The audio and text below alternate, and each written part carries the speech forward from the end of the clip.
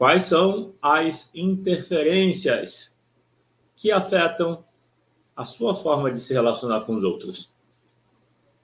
Por exemplo, alguém que vivenciou experiência de traição normalmente vai ter dificuldade de confiar.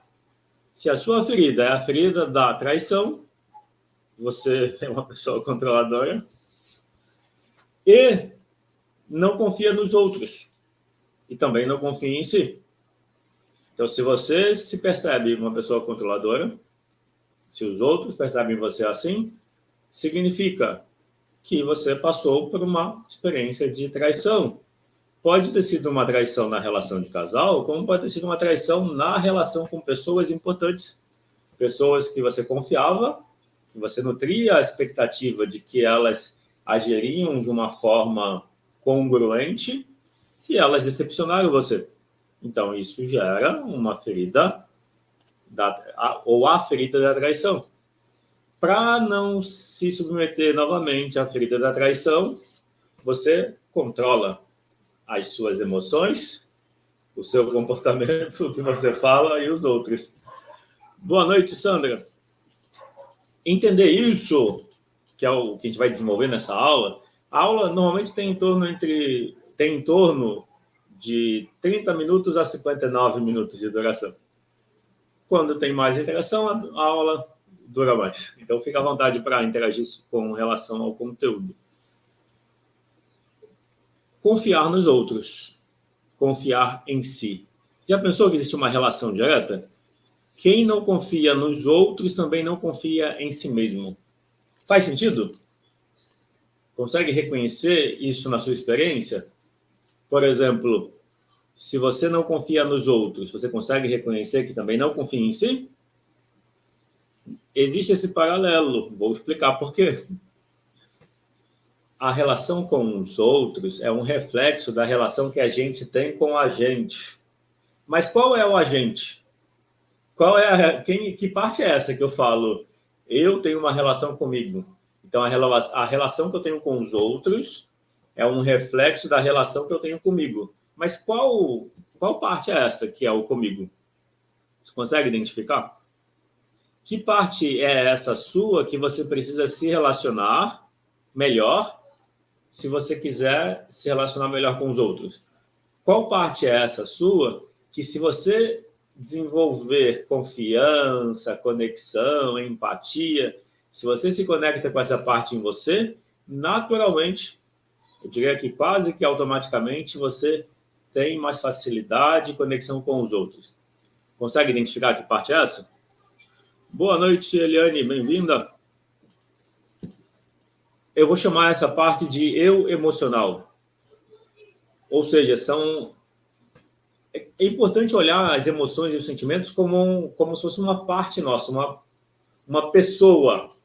Se você olhar para as emoções, para os sentimentos como uma pessoa, como uma parte em você, como se fosse de fato uma outra pessoa, que é você também, é o seu...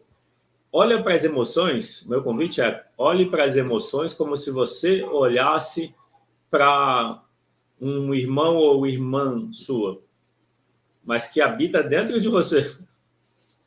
Pode parecer estranho, mas é importante olhar a relação. Bom, é importante se você quiser aumentar o seu autoconhecimento, entender como lidar melhor com as emoções, daí é importante entender as emoções como uma relação.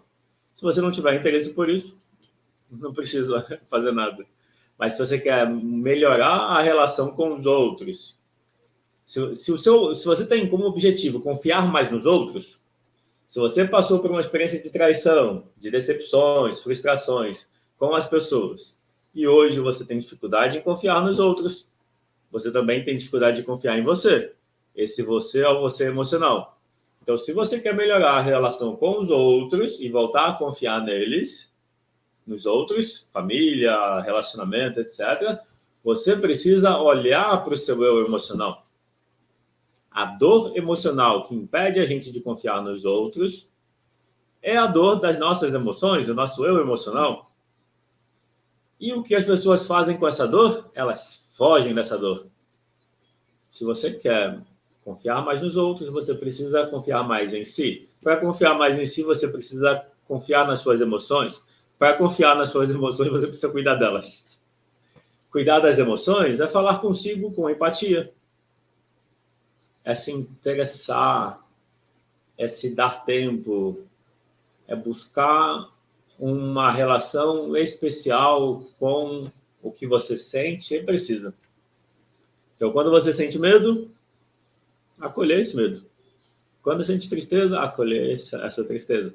Quando sente raiva, acolher essa raiva e buscar uma forma positiva de expressão. Quando você começa a entender que se você se julga, se critica, se coloca por último para agradar os outros, se as pessoas te tratam mal e você continua se submetendo a quem te trata mal, ou seja, toda vez que você age com desconsideração para si, deixa de fazer o que você acredita para agradar os outros. Toda vez que você... E olha que interessante, a aula de hoje é consideração aos outros. Dentro da consideração aos outros, é impossível ter consideração pelos outros se você não tiver consideração por você. Então, dentro da consideração pelos outros, você precisa reconhecer os seus valores, as suas necessidades, o que você precisa, o que você busca, e se posicionar em relação a isso. Se você ignora o que você sente e precisa, os outros não vão reconhecer por você. E aí, claro, baixa autoestima. Baixa autoestima é gostar pouco de si. A baixa autoestima significa que você não gosta. Estimar, baixo nível de estima por si. Isso é baixa autoestima. Baixa autoestima quer dizer que você não gosta de você, não gosta das suas emoções. O eu emocional está triste, está com medo, e você não gosta, você não quer lidar. Isso é a baixa autoestima, que é acompanhada da baixa autoconfiança. Mas você pode dizer que você é desconfiado, não confia nos outros, mas que você é confiante. Os outros te veem confiante. Pode dizer isso, não pode? Aí um elemento importante a considerar é que uma coisa é estar no controle, a outra coisa é confiança. Uma pessoa no controle da situação parece confiante, mas ela só é confiante enquanto ela está no controle. Quando ela perde o controle, ela se mostra insegura, se sente insegura, sofre com isso. Quando a gente perde o controle? Quando as coisas mudam e a gente não está controlando a mudança. Quando acontecem imprevistos. Ou seja, a vida sempre vai colocar a gente numa situação de não controlar.